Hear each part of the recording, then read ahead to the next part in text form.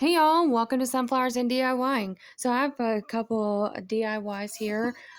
This one is the longest one, and then I have a couple other ones that are not going to take nearly as long. They're quickies, almost not good to call them a DIY probably.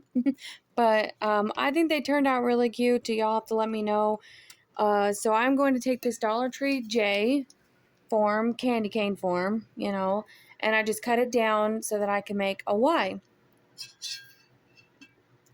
And so I was just trying to bend it all back into shape in different areas there, and then getting my placement correct here. And then I am going to just hot glue it, and then you'll see me do a couple other steps to it as well other than hot glue. And then I saw that I didn't like it, so I ended up, redoing it. You'll see here. You'll see. So the second method I went with was more accurate, and it worked out for me. So I definitely would recommend that way. And it's sturdy. So here I'm just going to lay it on some parchment paper so that it won't stick to my placemat thing there. And then just going to add some the hot glue to it. Like I said, it was a little flimsy and things when I was doing it this way. So I was like, no, I'm not liking it. I really want it to be sturdy enough. So then I was having a hard time using this glue gun because it's my last glue stick for this one. And so I used the scissors to get it going for me, and then I just put my finger in there and just kept pushing it all the way down, and I got the last bit as I could out of that one. So then I'm going to take this and put right on top of it and just hold it down for a few seconds, a few moments here until it starts to harden up. And then as it's hardened up, it stays, but I can't remember if I kept it in or not. But as I picking it up, it was starting to get really loose. I'm like, no, this is not good. So then I had this idea, but then this flipped over, was flipping out too much, and then I ended up gluing the wrong side, and then it's like, anyway, so this didn't work out either. This was not holding and going what I wanted to go, and I'm like, this is just not working at all. So if you all have created one, I'd love to know how you all did it. This is my first time, and I have definitely learned a few things in it. Now, I do love the end result. I think it turned out super adorable. It turned out great. Um, and I do end up just doing a little bit of glue here. I flip it over, do a little bit more glue, and then I am going to use some duct tape. So that was the simplest way that I found that was working for me, and I just did small strips of it, and then I just attached some more extra hot glue there, and just to make sure that it was reinforced. So this way, like I said, worked out so much better. This is how I would recommend doing it. You got a sturdy, form piece there, because once this adheres to it, it's going to harden up. So then it's going to give you a lot more of a sturdier piece. Although it's just going to be hanging up on the wall and stuff, I still wanted it to have, stability. I didn't want it to look floppy and things. So now I'm just going to adhere all that extra pieces there to the hot glue there. And then after I do that, I'm going to add another layer of hot glue and then add some more duct tape. And I just kind of layer it up a couple of times just to make sure that I'm getting a good hold. Now, you probably could have easily used maybe some string as well, to adhere the two together. I don't know. So I felt like it was still a little loose, and I wanted to make sure that it was more sturdy. So then this is when I went in with my second layer of hot glue, and I'm just going to catty corner these so that it gives it another angle way to adhere. And I'm just going to come in with some more of the hot glue and then this one ripped, so I'm just piecing it together. So this is why I kept it in, just so you could see how it was created. If you ever wanted to recreate it, you'd have a tutorial on that. So I do believe that this was the best way. So now I'm just going to take this and I'm just going to wrap all of my letters here with this greenery, and then there's not really a wire in it. There's like a super thin wire, but like when it's flexible, super flexible. So I just wrapped it very carefully, and to sturdy it up top, I just loop it through a couple times. Here I'm showing you right here at the bottom. That's all I did to the top to get it started. So, and it's staying in place. And then I'm just going to fluff it, make sure it's all pretty cohesive and even and looking good. So there's my J. And then now I'm going to work on, I do believe, my Y. Yeah, my Y. So now I'm going to bring my Y in. And now this one was a little bit more difficult. Just because of the angles that you had to get through. You had to make sure that you could loop it back through, back around to get the other side. So you'll see how I continue to that. I do let this play so that you all could see. I think the only one I did not let it play all the way through was the O, because obviously that one's a little bit going to be a lot easier to do. So I'm just going to wrap, and then I start going in between the Y part to get my Y piece, the top Y of it. And then as I'm doing that, though, I'm want to be very careful because I don't want it to be too fluffy or that it's taking away from my Y. So this is when I had to just stop from the, trying to add it to both sides. And then I was able to cut it and I brought it to the other one. And now I'm just giving it a haircut to really distinguish out that, really to show the Y better. I didn't cut the outside. I cut the inside just to make sure that you could see that it looked more like a Y. So it's not perfect, but I do think that it turned out really cute, and I've always wanted to make one of these, and I'm so glad that we had this rustic video where I could accomplish this for this fun video really quick and easy. So there you saw, I just took it and I made a knot there and I just pulled it. I didn't pull it too tight, but I pulled it enough to allow me to hold on to it with my other hand, and then I just kept wringing around, and there it is. So, and then that's how I secured it at the end as well. So then I found these in my stash and I just did 3 of these. I put one on each end and then one at the top. I did have 4, but you'll see there, but I ended up taking that one off and then putting a bow there. I felt like it was just too plain. It really needed something, and that one was in my way for the bow. So I ended up taking it off. So now I'm going to show you a bow tutorial. Y'all, do not laugh. I am terrible at it, but I wanted to show you that if I can do it and make it look good, then you can do it. So as you see, I'm taking this zip tie and I have it at the bottom. Now I did this completely backwards. I did not want this ribbon on the bottom. I wanted this one on the top. So you'll see here in a minute, I am seriously working backwards, and I do fix that later on. So whatever ribbon you want at the bottom, that's the one you start with. Because the good thing about this bow maker that my husband made for me, it is big enough to be able to take a lot of layers and just continue to build them up. And so you could put like 4 or 5 different types of bow ribbons here. And so I wanted this one at the top, ended up just clipping it and then taking a little clip to hold the bow together so it wouldn't come undone. And you'll see here in just a minute. And then I made my loops too long, and I didn't want them that long. So I ended up going down to a 5 versus a 6. And it's really all what your preference is. Now, the bow may be a little too big for you. I enjoy it. I like it. I think that it really just, it complemented, in my opinion, the wreath. But if you don't like it that big, or that, I'm not sure. But if you didn't like, just do you. Change it up for you. This is just for inspiration to get you excited about the upcoming season. So that's the clip I was trying to tell you I used. And that's just laying on the table just to hold it there for me. So now I'm going to come in with the ribbon that goes on second. This is my middle ribbon. And then the other ribbon that I use is my last ribbon. And all of these I got for 25 cents at some kind of thrift store type thing.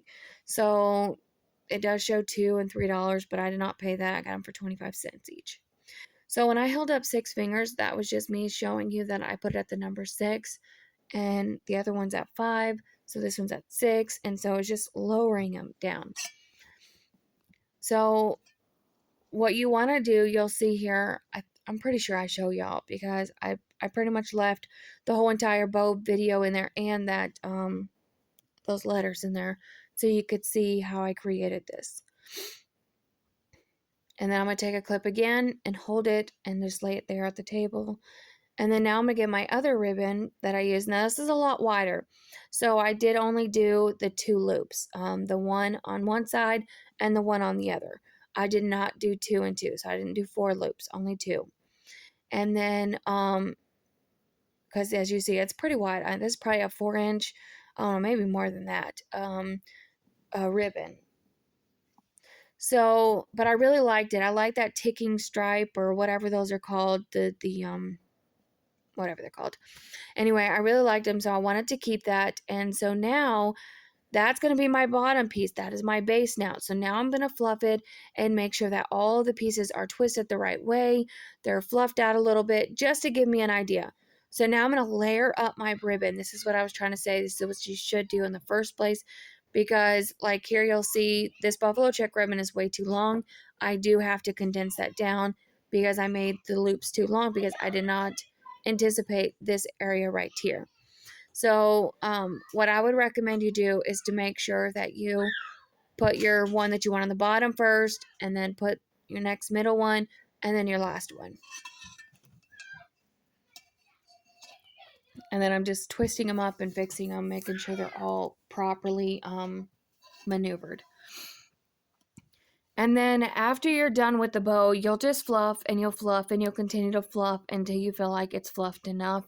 And then, you'll probably fluff again. So, or at least that's how I did it. I just kept fluffing, it seemed like, and finally got it to the desired look that I liked. So now I'm just going to bring in this last one and do the same exact thing. Just continue to fluff, continue to maneuver them, and all of that fun stuff. So after I unfluff those and untwist them all up, because that ribbon, I didn't realize it, but it's got the word and the picture on it, but what it was doing is no matter which way I turned it, one side or the other was going to be sideways. And so then I'm like, oh, it's fine. Just leave it alone. And it still turned out really cute. It's not even that noticeable, or at least I didn't think it was, but maybe it was. So I was going to do this. Now, this is another way you can do it if you're putting it on something that's not what I'm doing. So is to loop it through there before you completely tighten it for the other zip tie. But what I end up doing is I just end up putting another zip tie over top of that zip tie and attaching it to the wreath that way. Because if I would have done it the other way, then it would have just made it crooked, and I didn't want it to be crooked. So I was pulling the wrong one. There it is.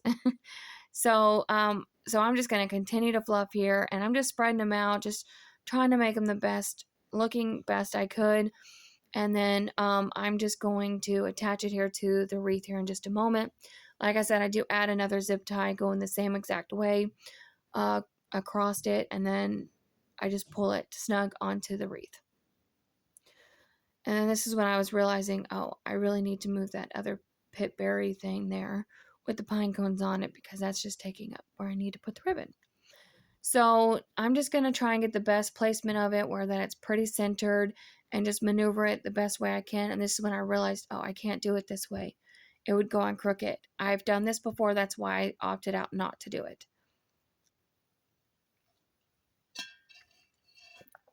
So I'm just going to trim the one down just so that it's out of my way. And then I'll come back in a minute and trim the other one down. So there's that one, and I'm going to get that one out of my way, and then I'm going to straighten out the bow because I don't want it crooked on the, like uncentered on my wreath. So you just get it straight the best you can, and then you just maneuver those pieces. You see how simple that is? I didn't glue any of this down, so all of this can come undone very easily and redone for the next holiday, or say next year you want the same idea but you want a different ribbon or a different bow, or whatever. So made it pretty simple for me to be able to reuse. And then now after I get it all maneuvered in there, I'm going to pull it really tight so that it stays in place and does not move on me. And then after I do that, I go and hang it on my door that has a little command hook on it, and it allows me to fluff it some more. So now I'm going to add some of these fairy lights that were given to me from On For You. It's just a company that you can go and get lights off of, or you can just get them off Amazon as well. It works just as well. They're great lights. I really like them. I think that I would like them a lot more, especially on something like this, if there had a remote with it, just because it's hanging and a remote would be more practical to be able just to clip all of them off at once or something. I don't know. But I still make it work. This is a smaller compact than the ones at Dollar Tree, and so you can definitely still make it work. And then now I'm just going to maneuver that compact in between the different pieces of it so that I can be able to still be able to turn it off and on. And so there is that one. Oh, and so this is a part of a Christmas farmhouse collab hosted by all of us ladies here, and there are so many of us, so I'll just let you look at their names. I will have their channels in the link in my, I will have all of their channels linked in my description box below. CJ from CJ DIY, she has put this together for us all. So just will have everyone in the description box below. Thank you so much, ladies, for allowing me to be able to be a part of such fun collaboration with you. I truly enjoy it. I know my DIYs are just not as good as they probably could have been, but it has been pretty hectic, and you don't need to hear all that. But anyway, um,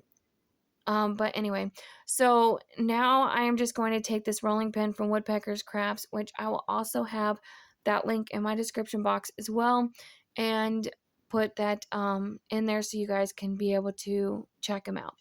So I'm just going to roll this onto the rolling pin, and that is how I found out that was the easiest way for me to make it happen without tearing my napkin.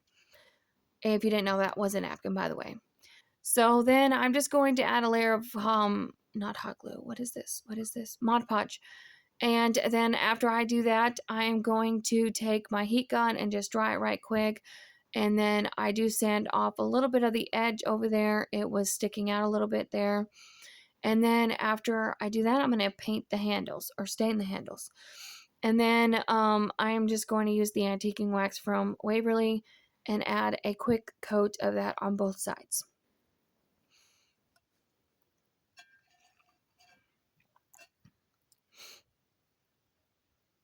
And then there is that. I think it turned out really cute. I know that was really simple. It was really fast. It was really quick. But I think it's super adorable.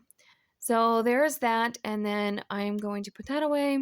And then I'm getting out this adorable little Christmas tree, also from Woodpeckers. Isn't this the cutest little chunky Christmas tree? I think it's so cute. So I'm going to use this same paintbrush to get the antique and wax on the stem. I do not wash it out. I'm going to use that same paintbrush to go into my moss. And then it kind of gives it a little bit of distress, and it's really cute. I just wanted the moss. I really love moss. I love this color. So I wanted to go for that versus the evergreen looking color. I wanted more of a farmhousey look, I guess. I don't know. Anyway, you let me know what you all think. I think they turned out really cute. But I enjoyed them. So again, thank you so much for allowing me to be a part of this playlist. Don't forget to check out the playlist. I will have each and every one of them in the description box below, or the one playlist in the description box below where you can see each and every one of their videos. So, anyway, I get tongue-tied sometimes on these video voiceovers. So now I'm just going to make sure that I got a really good coat of it, make sure that all areas are not missed. And then there it is. I think it's so cute. And that's how I left it. I did not do anything else to it. So then I found this at the Dollar General a while back. Or was it Family Dollar? I don't remember. I think it's Family. No, it's Dollar General. And I had been in my stash for a while now. And so I'm like, I need to redo this. I just need to redo it. So I'm going to take off that stringer piece, and then I'm going to clip off the holes that it was on, sand it down, give it a nice sanding, and this says blessed. And then I am going to take the black. This is actually Waverly ink that I'm using. It's not the chalkboard paint. I just like the squirt bottles, and since I didn't have any more chalkboard, I just went ahead and put it in this. So now I'm just going to give it a quick coat all along the edges here of the top, the sides, all of it. And I end up getting actually the edges as well, not just the frame part. I actually get the edge. I do believe you see that. So I'm just going to get all of that and make sure that it's all nice and, looking good. And then the metal galvanized piece is kind of stuck out on the sides of the B and the D, so I kind of just have to make sure I'm careful when I do that. So then I was like, I'm going to do this. So I went ahead and just went around all the edges there. I'm going to dry it, and then I'm going to take this apple barrel in the vintage white or antique white, whatever color it was. I can't remember. And then I'm going to just do some stitching. I should have gotten a smaller stitching brush, paintbrush, but I still think it turned out really cute. And then I just go around the entire frame of that. I like how the stitching looks. I think it's fun. I think it's cute. It really brings a different like dimension to it and texture to it, and it's fun to do. It definitely would be easier if you had more of a pointier paintbrush instead of a fatter one, but that's okay. And so let me know in the comments below which one is your favorite. If you liked the Christmas tree, the bless sign, the wreath that I made, the joy word, or the something else. I can't remember the other one now. So now I'm going to take these 2 tumbling tower blocks and I'm going to stack them on top of each other. And then after I do that, I am going to put some on the other side so that I can be able to adhere it to the back of this bless sign so it stands up properly for me.